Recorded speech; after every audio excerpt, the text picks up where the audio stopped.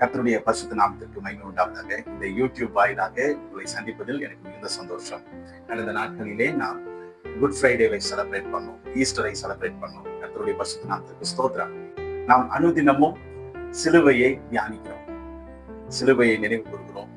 சில நேரங்களில் நாம் சிலுவையை பார்க்கும் பொழுது இவனமாக ஒரு குறியீடை நாம் செய்கிறது உண்டு. சிலுவை நமக்கு மிகவும் நெருக்கமான காரியம். ஆனால் இயேசு சிலுவையில் பேசின 7 வார்த்தையை நாம் வருடத்திற்கு ஒரு முறை தியானிக்கிறோம். நான் யோசிக்கிறேன், நாம் எப்படி சிலுவையை எப்பொழுதும் நினைவில் வைத்திருக்கிறோமோ, சிலுவையில் நம்ம ஆண்டவர் பேசிய வார்த்தையை அனுதினமும் நாம் நினைவு கூற வேண்டும். இயேசு கிறிஸ்து நாம் எப்படி வாழ வேண்டும் என்று கற்றுக் கொடுத்திருக்கிறார், எப்படி சிந்திக்க வேண்டும் என்று கற்றுக் கொடுத்தார். குறிப்பாக துயரத்தை அனுபவிக்கும் வேளையில், in the midst of pain, how we should talk, நாம் எப்படியாக பேச வேண்டும் என்று சிலுவையில் நமக்கு நம் ஆண்டவர் கற்றுக் கொடுத்திருக்கிறார். அதை தான் நாம் இந்த நாளிலே சிந்திக்க போகிறோம். முதலாவது இயேசு கிறிஸ்து பேசின வார்த்தை, பிதாவே இவர்களுக்கு மன்னியும், அவர்கள் செய்கிறது என்னதென்று அறியாதிருக்கிறார்கள் என்றார். வலியின் உச்சத்தில், வேதனையின் உச்சத்தில் இயேசு கிறிஸ்து, ஆண்டவரே இவர்கள் என்னை துன்புறுத்துகிறார்கள், இவர்கள் என்னை ஏளனம் செய்கிறார்கள், இவர்கள் என்னை சிலுவையில் அறைந்திருக்கிறார்கள் என்று போர் சேவகரை குறித்தும் அங்கே இருந்த மனிதர்களை குறித்தும் இயேசு கிறிஸ்து குற்றம் சுமத்தவில்லை. மாறாக இயேசு கிறிஸ்து அவர்கள் செய்கிறது என்னதென்று அறியாதிருக்கிறார்கள், அவர்களுக்கு மன்னியும் என்று சொன்னார். ஆம் பிரியமானவர்களே, நாமும் கூட வேதனைப்படும் பொழுது, நாம் வலிகளை அனுபவிக்கும் பொழுது, பிறரால் துன்புறுத்தப்படும் பொழுது நாம் சொல்ல வேண்டிய காரியம், பிதாவே இவர்களுக்கு மன்னியும், அவர்கள் செய்கிறது என்னதென்று தெரியாம செய்யறாங்க. அவங்களுக்கு என்னன்னு தெரியாம செய்யறாங்க, அவங்களுக்கு தயவு செய்து மன்னிங்க சுவாமி என்று சொல்லி நாம் ஜெபிக்க கற்றுக்கொள்ள வேண்டும். இரண்டாவது வார்த்தை,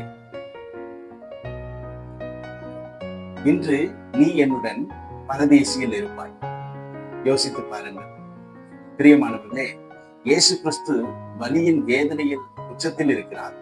ஆணிகளால் அடிக்கப்பட்டு ரத்தம் சொட்ட அவர் சிலுவையில் தொங்கிக் கொண்டிருக்கிறார்.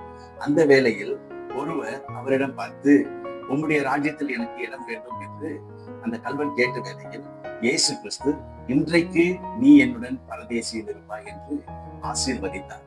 ஆம் பிரியமானவர்களே, நாமும் எவ்வளமான வேதனையில் இருக்கலாம். ஒரு விஷயத்தை நாம் மறந்துவிடக் கூடாது, எந்த சூழ்நிலையிலையும் பிறருக்கு ஆசீர்வாதத்தை கொண்டு வருகிற பாத்திரங்களாக நாம் மாற வேண்டும்.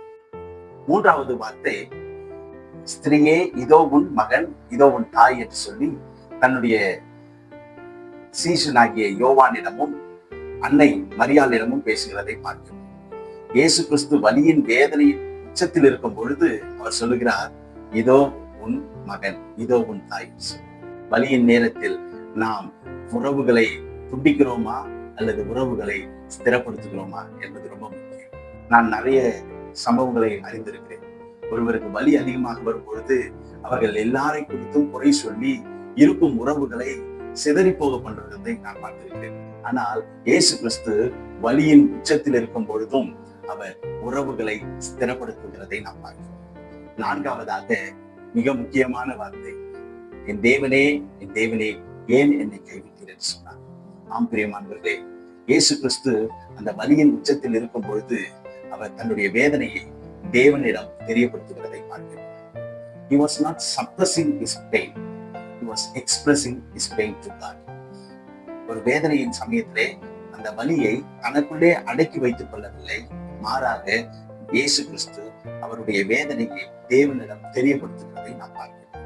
வேதனை அதிகமான சமயங்களில் நாம் யாரிடம் நம்மளுடைய வலியை வெளிப்படுத்துகிறோம்? நாம் நம்மளுடைய வலிகளை அடக்கி கொள்ளுகிறோமா அல்லது வேற யாருக்கிட்டையாச்சும் போயிட்டு எக்ஸ்பிரஸ் பண்றோமா?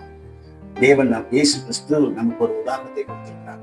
நமக்கு வலி ஏற்படும் பொழுது நம்மளுடைய வலியை நாம் அடக்கிக் கொள்ள வேண்டிய அவசியம் இல்லை, நாம் தேவனிடத்தில் அதை தெரியப்படுத்த வேண்டும். Express it to God. ஏன் என்று சொன்னால், நாம் சப்ரஸ் பண்ணும்போது டிப்ரெஷன் வரும், எக்ஸ்பிரஸ் பண்ணும்பொழுது eternal joy, peace will fill our heart. ஐந்தாவது வார்த்தை, நான் தாகமாயிருக்கிறேன் என்றார். பிரியமானவர்களே, கர்த்தர் வந்ததின் நோக்கம் அவர் சிலுவையை சுமப்பதற்கு. அவர் சிலுவையில் தொங்கிக் கொண்டிருந்த வேளையில் அவருடைய ரத்தம் எல்லாம் சிந்தி முழு பலனும் அற்றவராக அவர் உண்மையான தாகத்தில் இருந்தார். அவர் தாகம் என்று சொல்லி கேட்டார். ஆனால் அங்கே கூடியிருந்தவர்கள் அவருடைய தாகத்திற்கு காடியை கொடுத்தார். இந்த காடி எதற்கு கொடுத்தார்கள் என்று சொன்னால் வலியை குறைக்கும்படியாக. ஆனால் இயேசு கிறிஸ்து அந்த காடியை வாங்க மறுத்தார் என்று சொல்லி நாம் பார்க்கிறோம். பிரியமானவர்களே, இயேசு கிறிஸ்து அந்த காடியை வாங்க மறுத்தார். அவருடைய வலியை குறைத்துக் கொள்ள ஆசைப்படவில்லை. மாறாக அவர் வலியை முழுவதுமாக ஏற்றுக்கொண்டார். பிரியமானவர்களே, நாமும் அந்த ரெஸ்பான்சிபிலிட்டி, நமக்கு கொடுக்கப்பட்டிருக்கிற அசைன்மெண்ட்டை முழுவதுமாக நிறைவேற்ற நாம் முற்பட வேண்டும். அந்த அசைன்மெண்ட்டை நிறைவேற்றுவதற்கு ஷார்ட் கட்ஸை எடுக்கக்கூடாது. பாருங்க, நான் சொல்றது உங்களுக்கு புரியுதா? சொல்லலாம். 6வது வார்த்தை எல்லாம் முடிந்தது என்று சொன்னார். It is finished. நன்றாக கவனிங்க. இயேசு கிறிஸ்து சொன்னார் it is finished. I am finishedன்னு சொல்லல, இட் இஸ் finished சொன்னார். நான் காலி, என் வாழ்க்கை முடிந்து விட்டது என்று சொல்லி ஆண்டவர் கதறவில்லை. மாறாக இயேசு கிறிஸ்து எல்லாம் முடிந்தது என்று சொல்லுகிறதை நாம் பார்க்கிறோம். இயேசு கிறிஸ்து இந்த பூமிக்கு வந்தது சிலுவையில் மறைக்கும்படியாக. அதுதான் அவருக்கு கொடுக்கப்பட்ட அசைன்மெண்ட். நமக்கு சிலுவை என்ன? நமக்கு தேவன் கொடுத்திருக்கிற ஒவ்வொரு அசைன்மெண்ட்டும், ஒவ்வொரு ரெஸ்பான்சிபிலிட்டியும் ஒவ்வொரு சிலுவை தான். ஒரு தாயாக இருப்பீர்கள் என்று சொன்னால் சிறந்த தாயாக செயல்படுவது உங்களுக்காக கொடுக்கப்பட்ட ரெஸ்பான்சிபிலிட்டி. ஒரு தகப்பனாக இருப்பது உங்களுக்கு கொடுக்கப்பட்ட ரெஸ்பான்சிபிலிட்டி. ஒரு மகனாக இருப்பது உங்களுக்கு கொடுக்கப்பட்ட ரெஸ்பான்சிபிலிட்டி. ஒரு ஸ்டூடெண்டாக இருக்கிறது உங்களுக்கு கொடுக்கப்பட்ட ரெஸ்பான்சிபிலிட்டி. நீங்கள் எந்த வேலையில் ஈடுபடுகிறீர்களோ அந்த வேலை தான் உங்களுடைய சிலுவை. அதை திறம்பட செய்ய வேண்டும். செய்து கர்த்தருக்கு ஸ்தோத்திரம், எல்லாவற்றையும் நான் சிறப்பாய் முடித்தேன் என்று சொல்லத்தக்கதாக நாம் பழகிக் கொள்ள வேண்டும். 7வதான வார்த்தை, பிதாவே உம்முடைய கரங்களில் என் ஆவியை ஒப்புக் கொடுக்கிறேன். வலி வேதனை வரும் பொழுது நாம் எத்தனை பேர் வலியை ஏற்றுக்கொள்கிறோம்? வலிகளை ஒத்துக்கொள்கிறோம்? நாம் ஒத்துக்கொள்வதில்லை. இது எனக்கு வரக்கூடாது என்று சொல்லி மறுக்கிறவர்களாக இருக்கும். அப்படி இல்லை, வலியை ஏற்றுக்கொள்கிறவர்களாக இருக்கும். என் ஆவியை உன்னுடைய கரத்தில் ஒப்புக்கொடுக்கிறேன் என்று சொல்லுவோம். சில கார்ட்டூன் படங்கள்ல எல்லாம் நீங்க பாத்தீங்கன்னா நீங்க காதுல இருந்து புகையாய் வரும். அப்படிதான் நம்மளுடைய ஆவி வெளிப்படுத்தும். பிதாவின் இடத்துல நம்மளுடைய ஆவியை ஒப்புக் கொடுக்கிறேன். மாறாக நாம் ஆவேசம் ஆடுகிறவர்களாக மாறிவிடும்.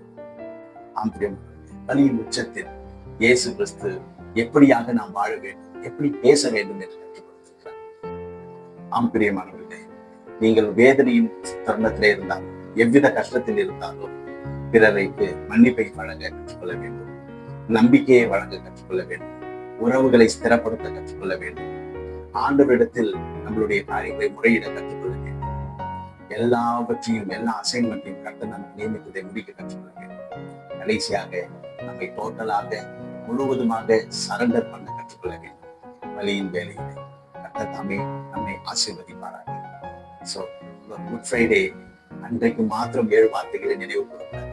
நம்முடைய இந்த 7 வார்த்தைகளை நாம் அனுதினமும் நினைவு கூற வேண்டும். சிலுவையை எப்படி நாம் அனுதினமும் நினைவு கூறுகிறோமோ அதே போல சிலுவையில் இயேசு கிறிஸ்து சொன்ன 7 வார்த்தைகளை நாம் அனுதினமும் நினைவு கூர்ந்து அவருக்காக மகிமையாய் வாழ வேண்டும். கர்த்தர் தாமே நம்மை ஆசீர்வதிப்பாராக. God bless you. Praise the Lord.